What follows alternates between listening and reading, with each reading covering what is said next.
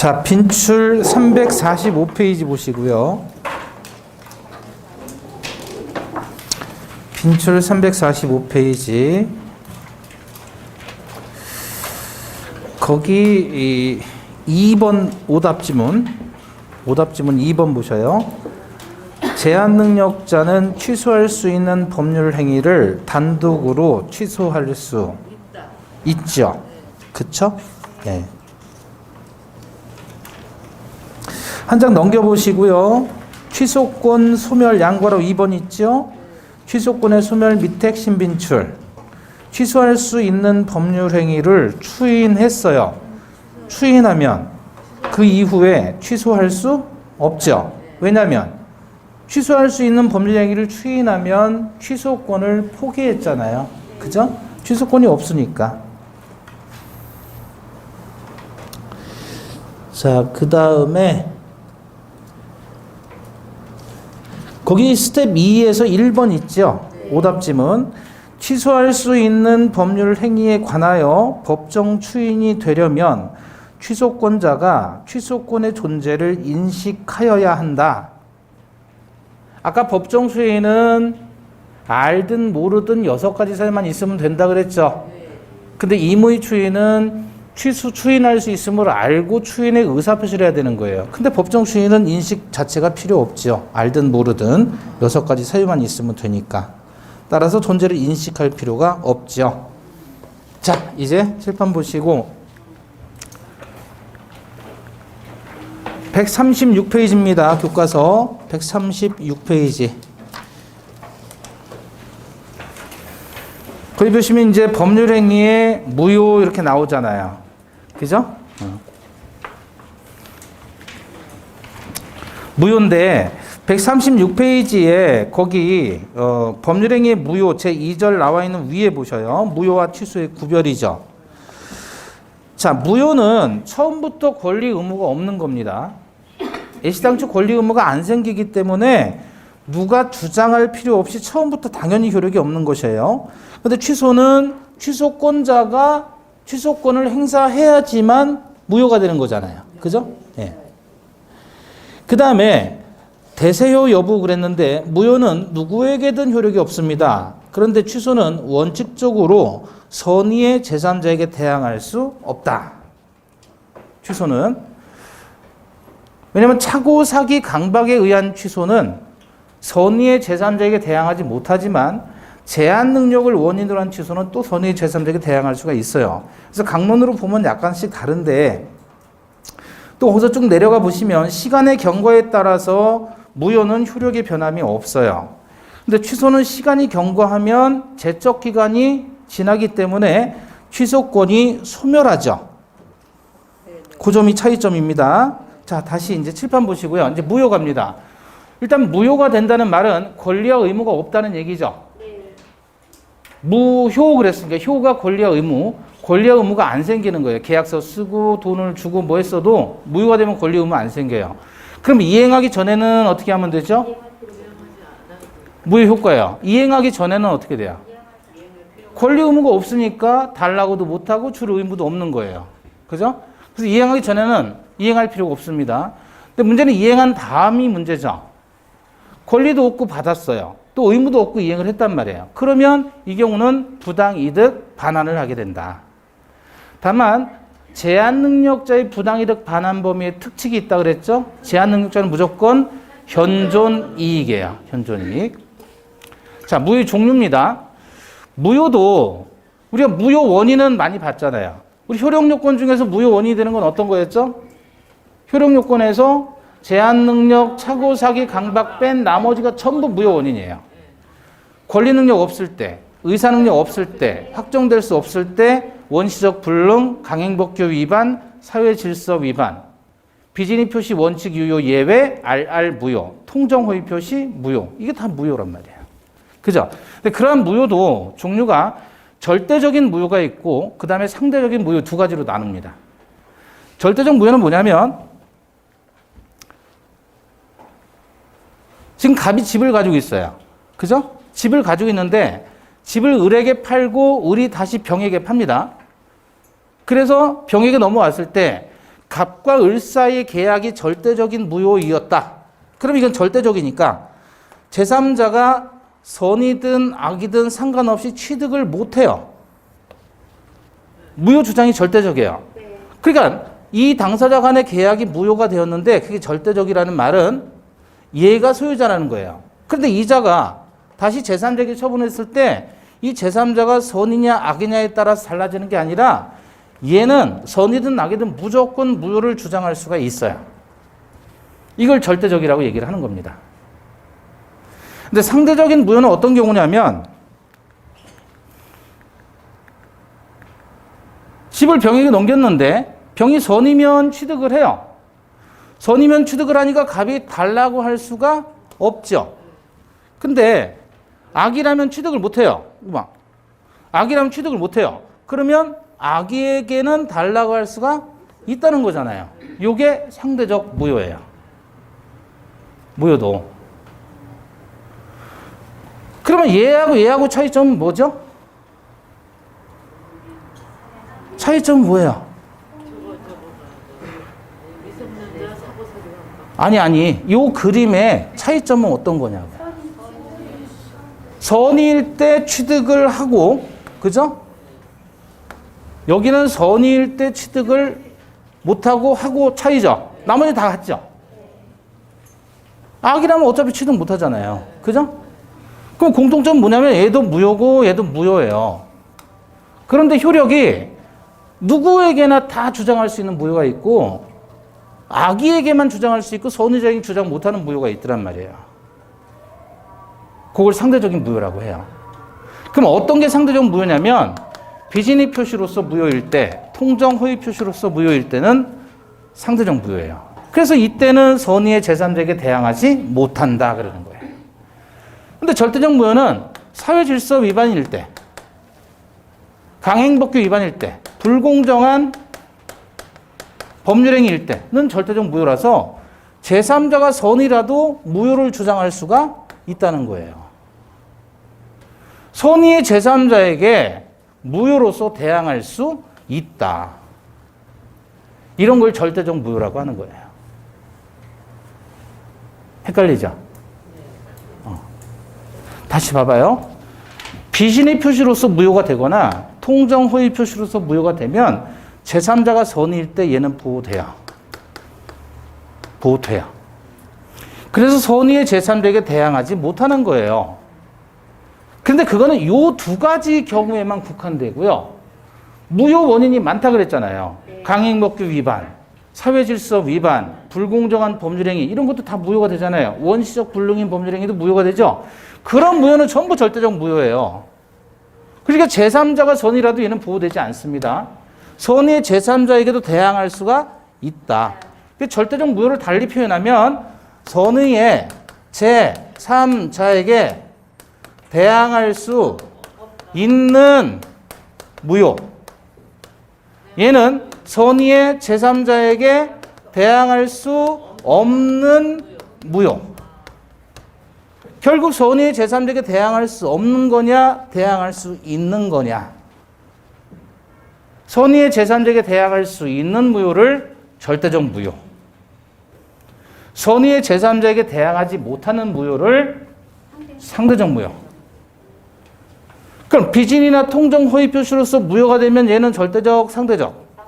상대적이죠? 그러니까 이렇게 이걸 원인으로 무효가 되었을 때는 선의의 제3자에게 대항할 수 없다.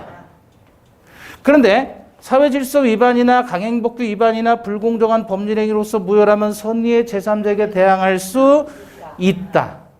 선의의 제3자에게 대항할 수 있는 무효를 뭐라고 해요? 절대적 무효. 질문. 사회 질서를 위반한 법률 행위의 무효는 선의의 제3자에게 대항할 수 있다. 아니, 맞는 거예요. OX로 물어본 게 아니고 대항할 수 하고 있다, 없다 요걸 얘기하라고 잠깐 멈춘 거예요. 그래서 제가 있다라고 답을 알려주니까 오 그러면 어떻게 해요? 다시 불공정한 법률 행위의 무효는 선의의 제3자에게 대항할 수 있다. 다시 강행법규에 위반한 법률 행위의 무효는 선의의 제3자에게 대항할 수 있다. 다시 비진의 표시의 무효는 선의의 제3자에게 대항할 수 없다. 오, 됐어요. 통정 허위 표시의 무효는 선의의 제3자에게 대항할 수 없다. 요거는 다 잘하셔요. 근데 저쪽이 잘 안 되셔요. 사회 질서에 위반한 법률 행위의 무효는 선의의 제3자에게 대항할 수 있다. 불공정한 법률 행위의 무효는 선의의 제3자에게 대항할 수 있다. 이해됐어요? 네. 진짜요? 네. 다시 교과서를 보면 앞부분에 가보시면 이제 이해가 될 거예요. 요거 이해하셨으면 29페이지에 교과서 29페이지 양가로 3번 29페이지 29 교과서 본문 문제 말고 본문 29페이지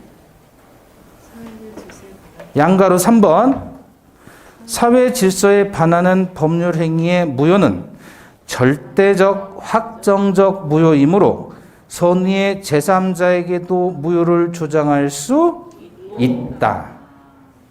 그죠?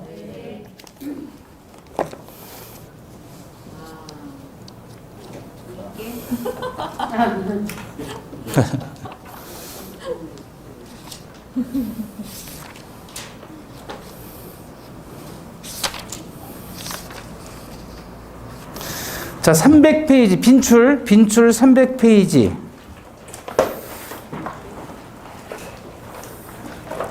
빈출 300페이지 보시면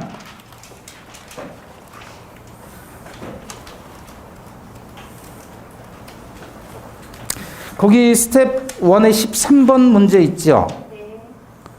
빈출 300페이지 13번에서 그 정답 지문, 오답 지문 밑에 정답 지문 있고 그 밑에 핵심 빈출 있죠? 첫 번째 보시면 뭐라고 써 있죠? 반사회적 법률 행위에 의한 무효는 선의의 제3자에게 대항할 수 있다. 이렇게. 아시겠죠? 네. 예, 좋아요. 그러면 이거 이해한 걸로 추정할게요. 추정하고 그러면 여러분 이제 제가 욕심이 생겨서 그래요. 욕심이 생겨서 이거 이해하셨으면 똑같이 이해하실 수 있을 거예요. 자, 여기 다시 봐봐요. 그러니까 절대적인 게 뭐고 상대적인 게 뭐다라는 건 이 느낌이 왔잖아요. 그죠? 그러면 절대적인 취소도 있고, 그죠? 상대적인 취소도 있겠죠? 저 상대적인 취소는 어떤 거냐면, 착오, 사기, 강박에 의해서 취소한 경우는 선의의 제3자에게 대항하지 못해요. 절대적 취소는 하나밖에 없어요. 제한 능력자의 법률행위는 절대적 취소예요. 그러니까 미성년자의 법률행위, 피성년 후견인의 법률행위, 피한정 후견인의 법률행위는 뭐 할 수 있다?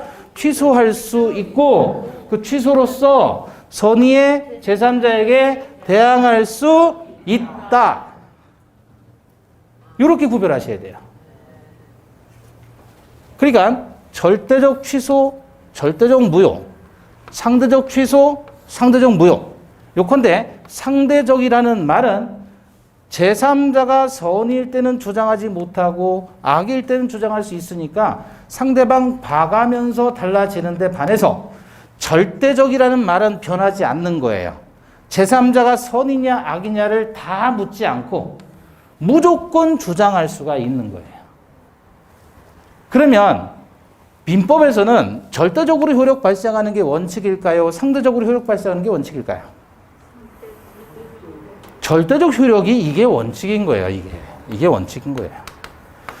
상대적으로 발생하는 것은 예외적인 경우예요. 그 예외가 뭐예요? 비진이 표시, 통정 호의 표시, 착오사기 강박. 이거 5개밖에 없는 거예요. 5개밖에. 상대적인 것은. 왜 절대적인 게 원칙이냐면, 자, 봐봐요. 갑소유 부동산과 을이 매매 계약을 했는데, 이게 예를 들어서 통정한, 사회 질서 위반이더란 말이에요. 그럼 무효니까 얘 권리 의무 없는 거죠? 얘도 권리 의무 없는 거잖아요. 근데 이걸 매매하기로 하는 계약에서 이 매매 계약의 사유질서 위반으로서 무효니까 여전히 소유자는 누구예요? 갑이고 얘는 권리가 있어요? 없어요?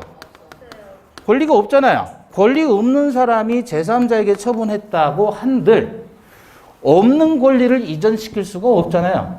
권리가 있어야 이전시키는 것도 가능한데 그럼 얘가 선이냐 악이냐가 뭐 중요해요? 없는 권리는 넘어갈 수가 없는 거예요. 따라서 이것도 무효인 거예요. 선이냐 악이냐 따지지 않고. 이게 원래의 효력이에요. 원래의 효력인데 근데 왜 그러면 얘네들은 이렇게 했느냐. 법이 딱히 얘네들을 그렇게 구정을 해버렸어요. 107조, 108조, 109조, 110조에서 이 비진이 통정 착오사기 강박에 한해서만큼은 예외적으로 선의의 제3자를 보호하겠다라고 못 박아버린 거예요. 그래서 103조 보면 사유질서 위반, 당사자가 법령 중에 전략은 풍속 기타 사유질서 위반으로 한 법률 행위는 무효로 한다 하고 끝내요. 마침표를 찍는단 말이에요. 근데 여기서 가면 108조에 보면 108조 1항 통정한 허위 표시는 무효로 한다. 2항 해놓고 전항의 무효는 선의의 제3자에게 대항하지 못한다. 이렇게 규정을 넣은 거예요. 근데 103조는 그냥 103조에서 1항, 2항 나누지 않고 그냥 무효이다라고 끝냈지. 요거 1항하고 요거 2항 해가지고 전항의 무효는 선의의 제3자에게 대항하지 못한다. 이런 건 안 나왔단 말이야. 규정을 안 해놨어요. 그러니까 얘는 원칙으로 가는 거예요. 요컨대 이것만 하셔도 돼요. 너무 많이 했다. 에이, 어차피 다 해야 되는 건데 절대적인 무효는 선의의 제3자에게 대항할 수 있는 무효. 상대적인 무효는 선의의 제3자에게 대항할 수 없는 무효. 상대적인 건 변해요? 변하지 않아요? 변해요. 그죠? 절대적인 건 변하는 거예요? 변하지 않는 거예요? 안 변하는 거예요. 나는 당신을 절대적으로 사랑하고 그 말은 언제나 시간이 가도 그냥 사랑하는 거예요. 나는 당신을 상대적으로 사랑하고 그 말은 뭐예요? 상황에 따라 달라. 너 하는 거 봐서 사랑하고 말고 할 거야. 언제든 변하는 게 상대적인 거예요. 사람은 상대적인 경우가 많아요? 절대적인 경우가 많아요? 그쵸? 이 사람 만나면 친절한데 저 사람 만나면 맨날 양양거리고. 그죠? 누구 만나면 투정거리고. 그쵸? 사람마다 틀린 거잖아요. 그건 상대적인 거고. 누구를 만나든지 항상 변함이 없으면 그 사람은 절대적인 거예요. 아시겠죠? 네. 자, 됐습니다. 그래서 절대적 무효는 어떻게 정리한다고요? 문장으로 정리하면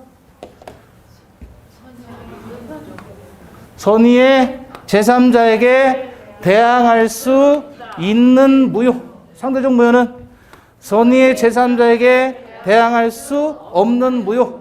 상대적 취소는 선의의 제3자에게 대항할 수 없는 취소.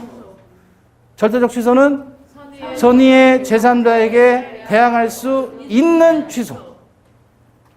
야, 지금 이것만 가지고 30분 하는 거예요. 그렇게 중요하니까. 근데 많은 분들이 비진의 표시, 통정호의 표시에서 아주 그냥 선의의 제3자에게 대항하지 못한다 그런 말 때문에 진저를 치시니까 무조건 그냥 선의의 제3자 나오면 대항하지 못한다만 기억하시는 거예요. 그러니까 문제를 낼 때는 이거는 상대적인 거고 사회질서 위반으로서 103조 위반으로서 무효가 되면 선의의 제3자에게 대항할 수 있다. 이게 안 나와요. 이게. 그게 그냥 선의의 제3자만 나오면 대항할 수 없다라고만 생각을 하시는 거예요. 근데 이게 아니라 어떠한 무효인가. 비진이나 통정으로 무효라면 이렇게 되지만 사회질서 위반이나 또는 104조 불공정한 법률행위나 강행법규 위반이다. 이런 것들로 무효가 되면 선의의 제3자는 국물도 없는 거예요. 그러니까 이것만 이해하시면 안 되고 요게 중요해요. 요걸 구별하셔야 돼요. 무엇 때문에 무효가 되었을 때 제3자가 보호되느냐 안 되느냐. 그러니까 이 개념을 미리서 신경을 안 쓰시고 그냥 무효, 선의의 제3자에게 대항하지 못한다. 이렇게만 공식을 잡으시면 안 된다고요. 이것 때문에 무효가 됐을 때는 대항할 수 있는 거고, 비진이나 통정으로 무효가 됐을 때는 대항할 수 없는 거고. 취소도 마찬가지야. 차고, 사기, 강박으로 취소할 때는 대항할 수 없는 거예요. 그런데 제한 능력으로 취소할 때는 대항할 수 있다. 이게 달라지는 거예요. 그래서 얘네들을 절대적이다. 얘네들은 상대적이다. 변하니까. 제3자가 선이냐 악에 따라서 변한다. 상대적. 제3자가 선이든 악이든 변하지 않는다. 절대적. 한숨이 땅이 구멍이 날 것 같아요. 바닥에. 자, 어쨌든 그래서 다시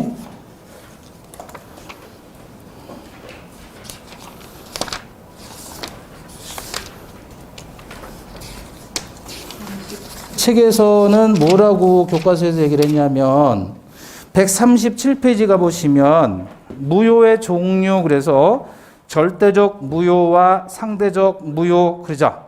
반가리 1번 절대적 무효 뭐라고 했어요? 누구에게나 또한 누구에 의해서도 이를 주장할 수 있는 무효를 말한다. 어떤 거예요?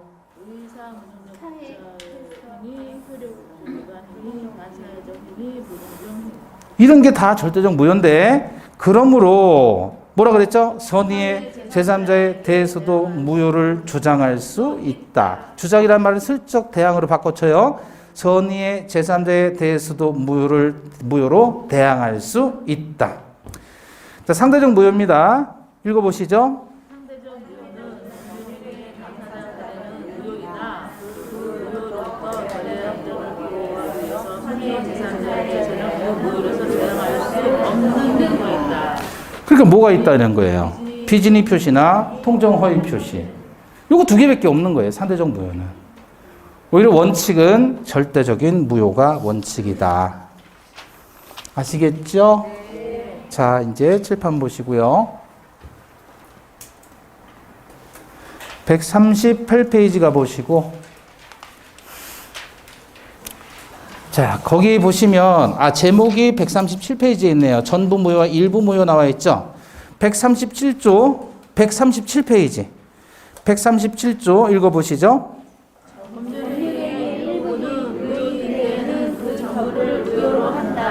그러나 그 무효는 본인이 없더라도 법률 행위를 하였을 것이라고 인정될 때에는 나머지 부분은 무효가 되지 아니한다. 자, 이거 문장이 몇 개? 두 개죠. 앞에 문장을 뭐라고 한다고요? 본문, 뒤에 문장을 그러나 이후부터는 단서. 본문과 단서로 이루어져 있죠. 본문과 단서로 나누었을 때 본문이 원칙이고 단서가 예외다라고 기억하셨죠? 네. 자, 그러면 원칙은 뭐가 원칙이에요? 전부를 무효로 하는 게 원칙이에요. 그죠? 네. 그럼 뭐가 예외죠? 무효 부분이 없더라도 법률 행위를 하였을 것이라고 인정되죠. 자, 그래서 칠판 보시죠. 이제 한 장을 넘겨보시고 138페이지 보시면 의 나와 있고 반가리 2번 원칙은 뭐예요? 전부 무효. 반가로 3번 예외가 일부 무효죠. 자, 칠판 보셔요, 이제. 원칙은 전부 무효, 예외 일부 무효이다. 지금 이게 137조 본문과 단서예요. 그죠? 자, 이제 이해를 하시는 거예요. 이해시켜 드리려고 할 때 이해를 하시면 암기량이 줄어들어요. 어쨌든 공부라는 건 암기예요. 안 보고 줄줄 외워야 될 거 아니에요. 그게 공부죠. 안 보고 외워야 돼요. 그러려면 덮어놓고 외우면 그게 특징이 없기 때문에 외워지지가 않아요. 자, 법률행위의 일부가 무효가 되죠. 일부가 무효가 되면 원칙은 뭐라고요? 전부가 무효가 되는 거예요. 다만 예외적으로 일부만 무효로 하고 나머지 잔존 부분은 유효로 한다. 이건 예외. 이걸 합쳐서 우리는 일부 무효의 법리다 이렇게 표현해요. 일부 무효의 법리.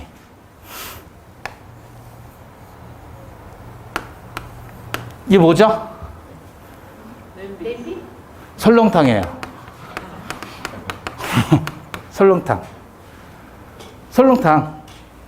근데 여기 설렁탕이 이제 왔는데 여기에 이렇게 뭘 그린 거예요? 아니에요. 손톱이 2개 빠져 있어요. 손톱. 손톱이 2개 빠져 있어요. 얼마나 끓였는지 하얘요. 딱 봐도 손톱이에요. 깎은 게 2개가 들어간 거예요, 여기. 먹어요, 안 먹어요? 안 먹어요. 안 먹어요? 네. 전부 다 안 먹어요? 네. 전부 무효가 원칙인 거예요. 근데 저같이 비유 좋은 사람들은 어떻게 하죠? 요거를 건져서 이걸 빌미로 한 그릇 더 먹죠.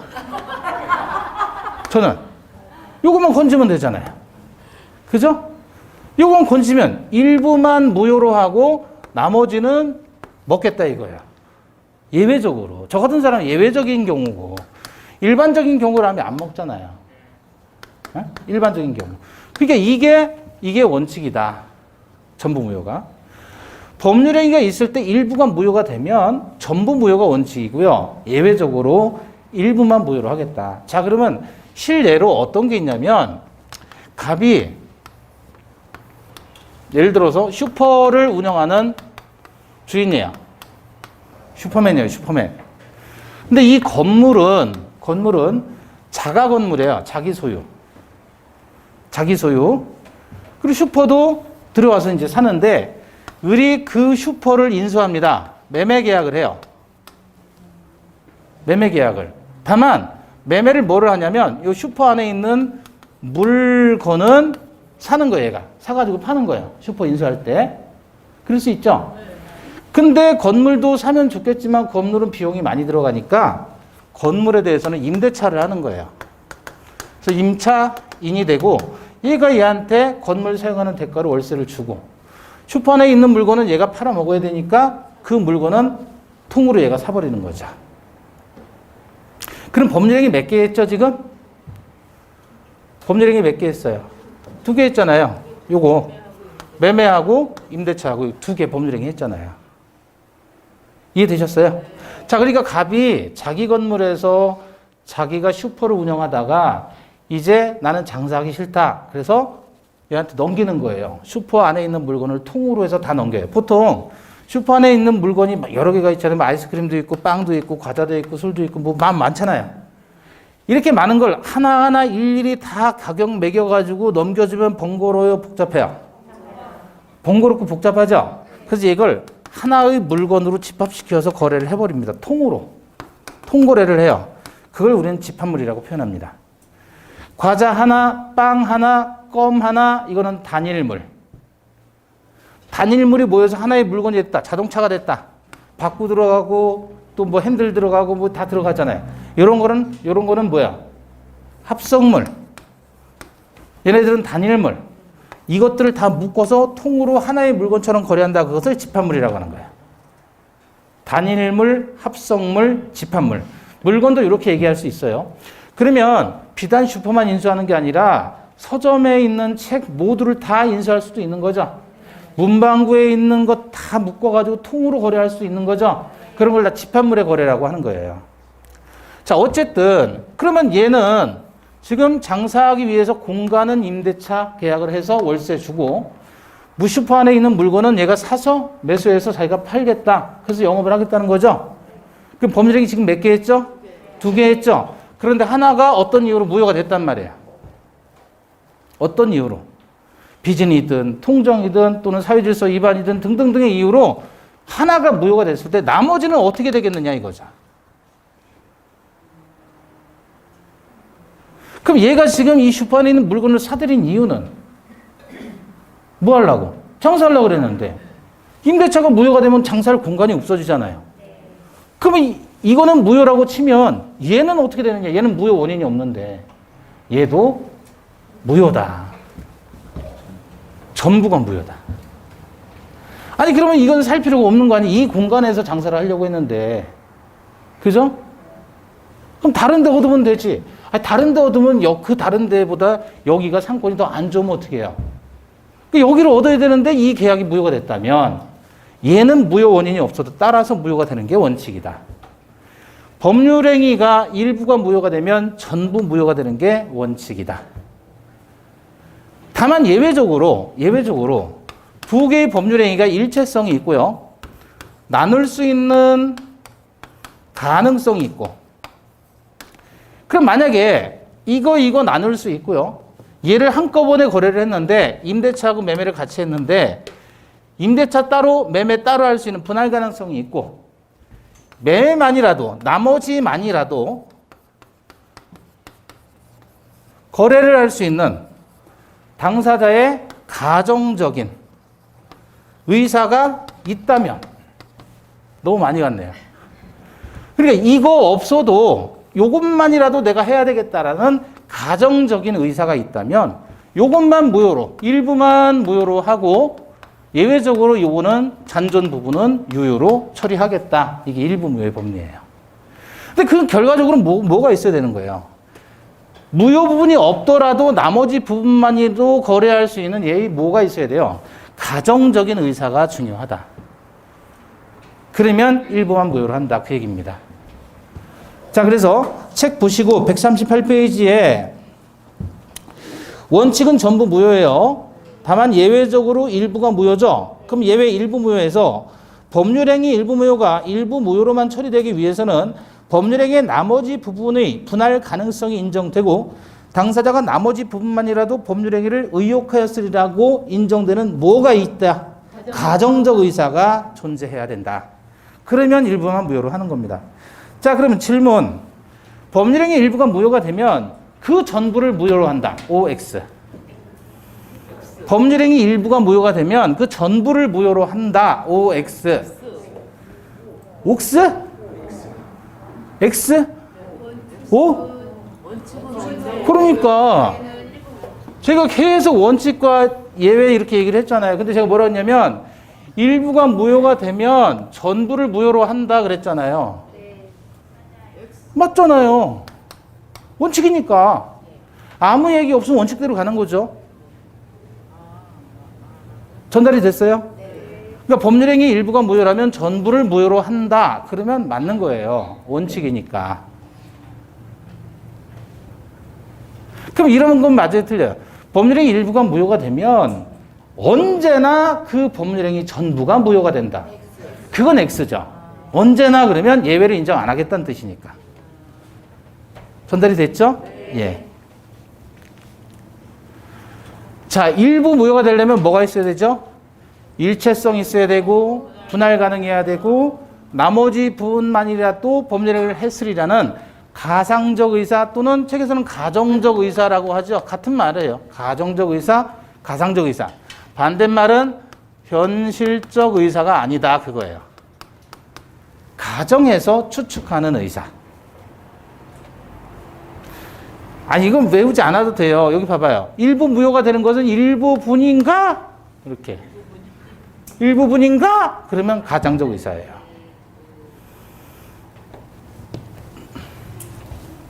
자, 근데 이게 조금 어려울 수 있는데 이 판례 넘어가죠. 일단 이렇게 하시고 그 다음에 이제 두 번째는 유동적 무효라고 하는데 138페이지 보시면 거기 양가로 3번 확정적 무효와 유동적 무효 나오잖아요. 그래서 확정적 무효 반가로 2번 보시니까 유동적 무효하고 괄호 열고 뭐라 그랬어요? 불확정적 무효 그랬잖아요. 유동적이다라는 말은 불확정적이다 그런 뜻이에요.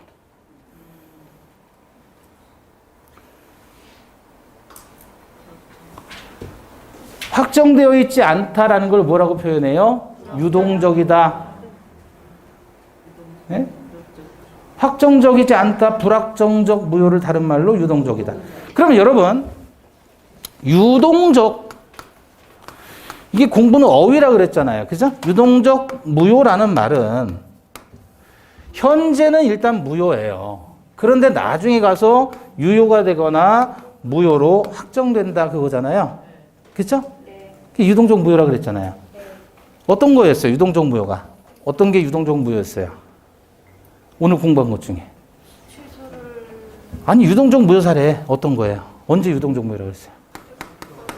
무건대리의 효과가 유동적 무효라고 그랬잖아요. 그죠? 엄마! 벌써 잊어버렸어요? 주인! 기억나요? 기억나요. 괜찮아요. 네. 자, 그러면 다시. 그러니까 공부라는 게 어휘라 그랬잖아요. 어휘. 단어의 뜻을 암기하지 말고 이해하셔야 돼요. 유동적이다 라는 말은 무슨 뜻이에요? 확정되어 있지 않다 그런 뜻이에요. 그죠? 유동적 무효. 나중 가서 이게 유효로 확정되든 무효로 확정되든 될 것이라. 그죠? 그러면 여러분 혹시나 이런 단어도 생각해 볼 수 있지 않을까요?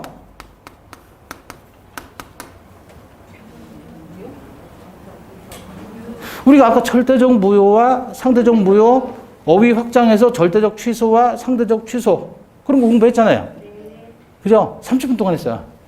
근데 그러면 유동적 무효가 있으면 유동적인 유효도 있을 거 아니에요. 유동적 유효라는 건 말 그대로 확정되지 않은 형태의 유효잖아요. 근데 나중에 유효로 확정되거나 무효로 확정될 수 있다는 얘기잖아요. 어떤 게 있을까요?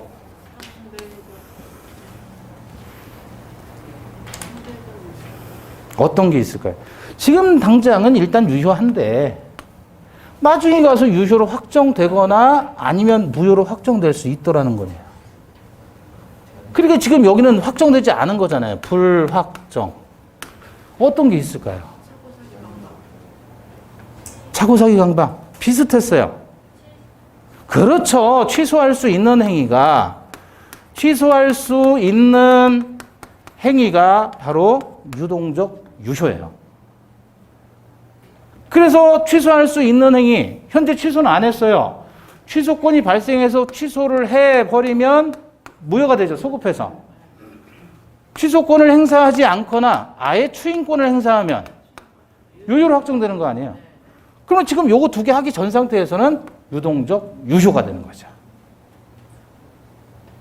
그렇죠? 동의하세요? 자, 그럼 이제 유동적 무효. 자, 이게 뭐죠? 그림. 한반도예요, 한반도. 우리나라. 여기를 어떻게 하냐면 토지거래 허가 지역으로 지정을 합니다. 공법에서는 지정권자가 누구냐 이런 거 나오지만 그거는 공법 얘기고, 근데 이 공법에서 나오는 국토의 계획 및 이용에 관한 법률, 과거에는 국토이용관리법이었어요. 이 판례 나올 당시에는.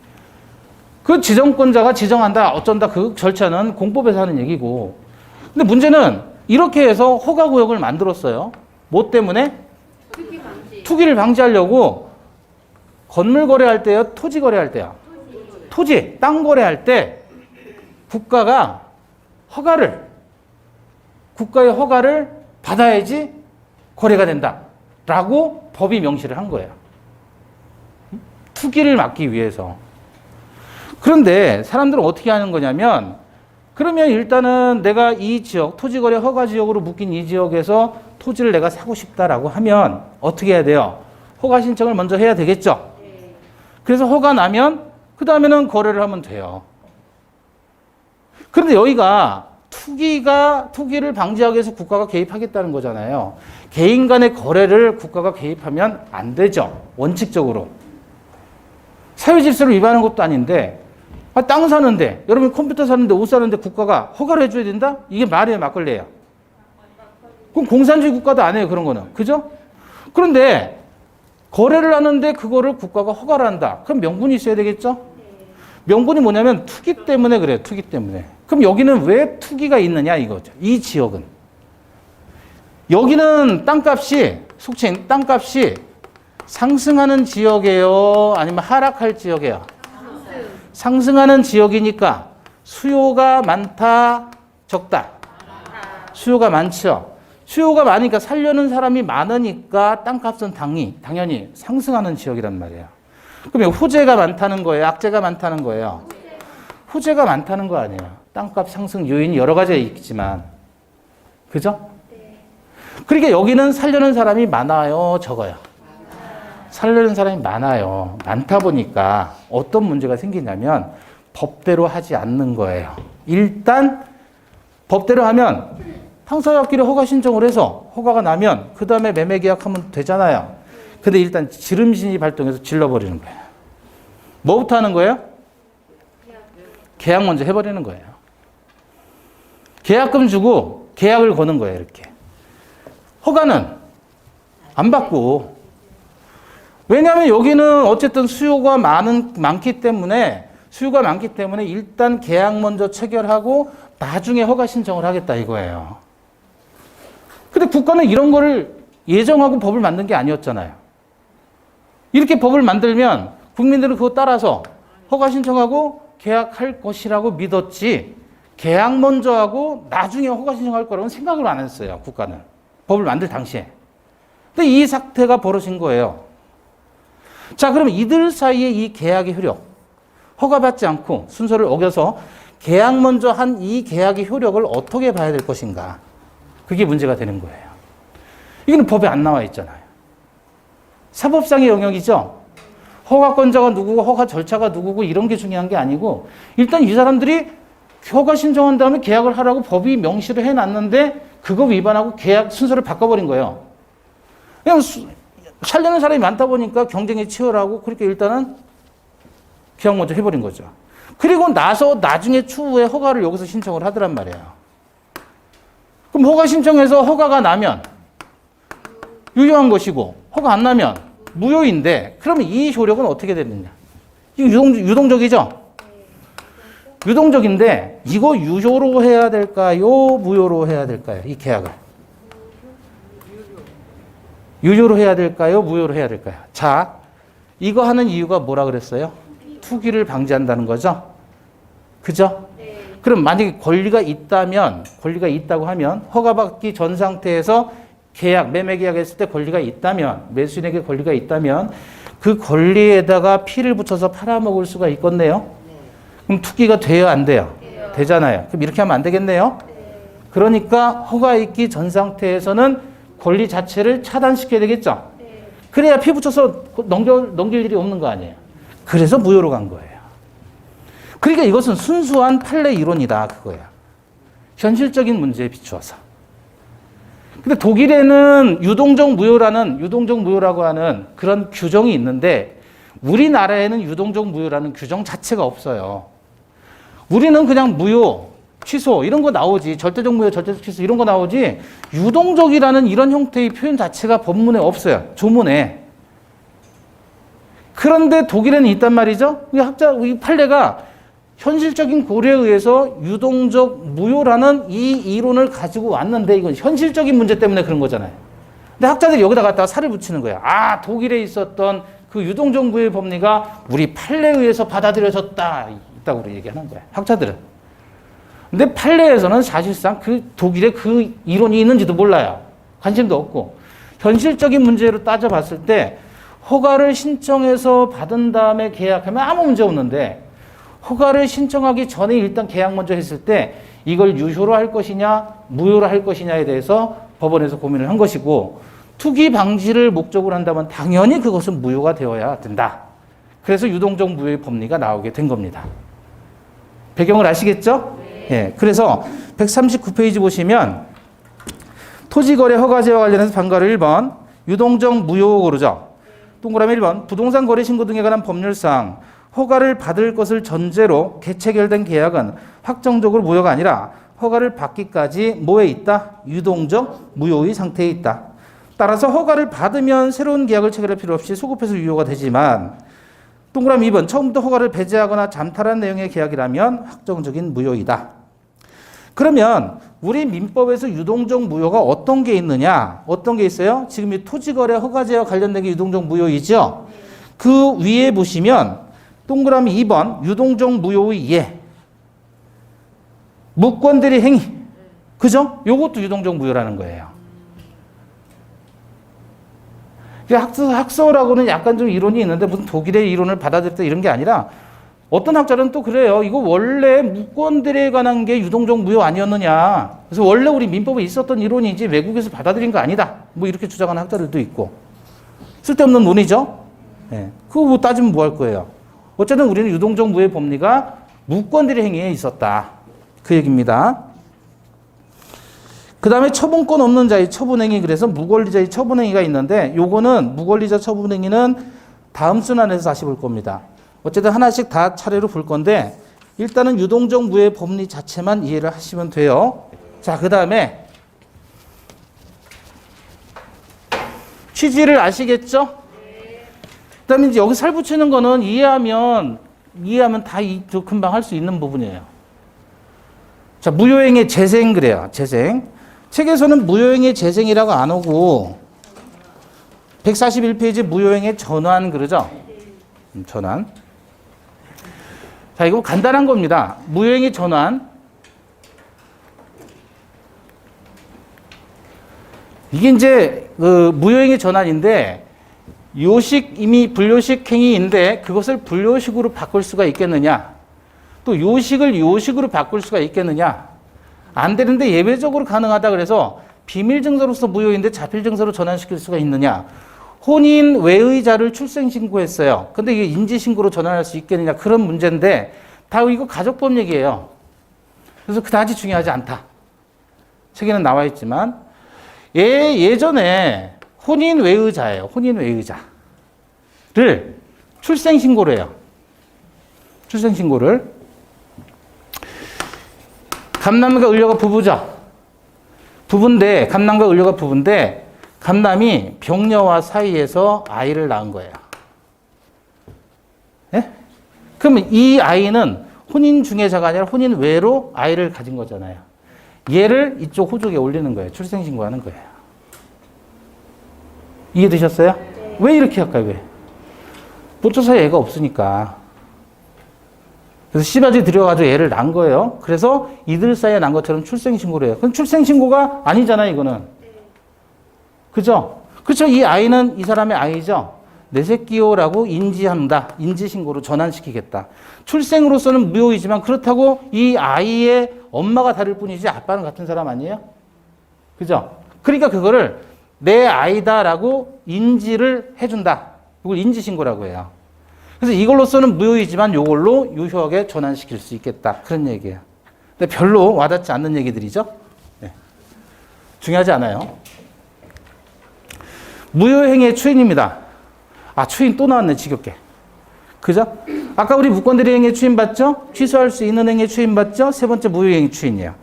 무효임을 알고 무효인 행위는 추인한다는 게 유효로 인정하겠다는 거잖아요. 그죠? 해도 무효입니다. 다만 무효임을 알고 추인하면 어떻게 해요? 새로운 법률 행위를 한 것으로 간주하겠다. 그 얘기예요. 이게 무효행위의 추인입니다. 그러면 요거 하고요. 일부 무효의 법리, 요거 우리 방금 전에 봤죠? 일부가 무효라면 전부가 무효가 되는 게 원칙이죠? 다만 예외적으로 일부 분인가? 그러면 일부만 무효로 한다 그랬잖아요. 요 세 가지를 묶어서 뭐라 그래요?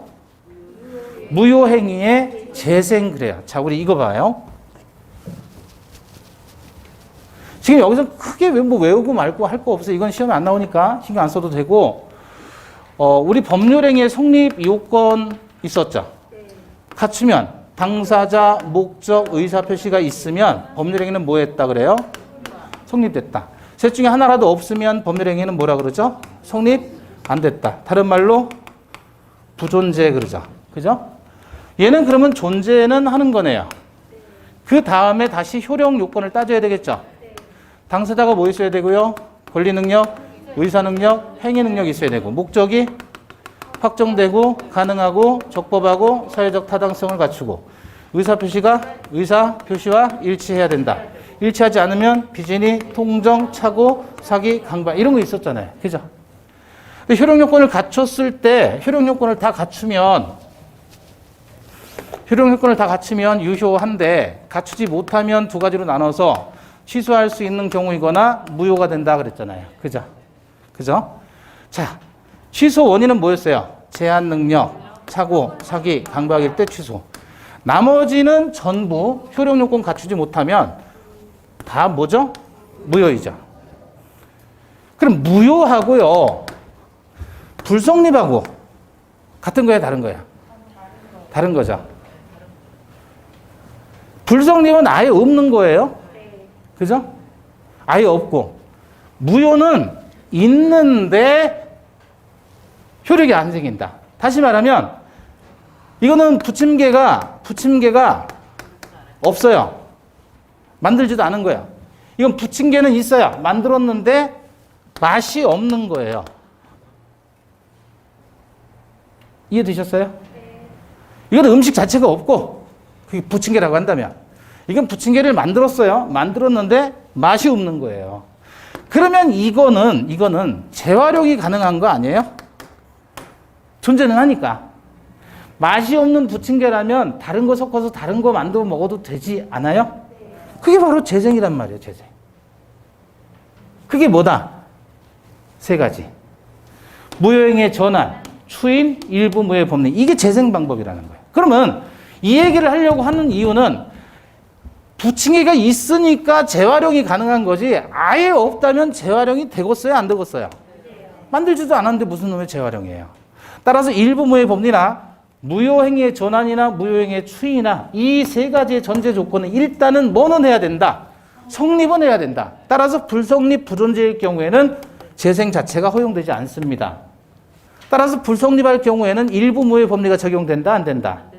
무효행위 전환이 적용된다, 안 된다? 추인이 적용된다, 안 된다? 안 된다. 그 얘기 하고 싶어서 그런 거예요. 아시겠죠? 예. 자, 그런 얘기로 보시면 되겠고요. 우리 잠시 쉬었다가 이제 조건과 기한으로 가겠습니다.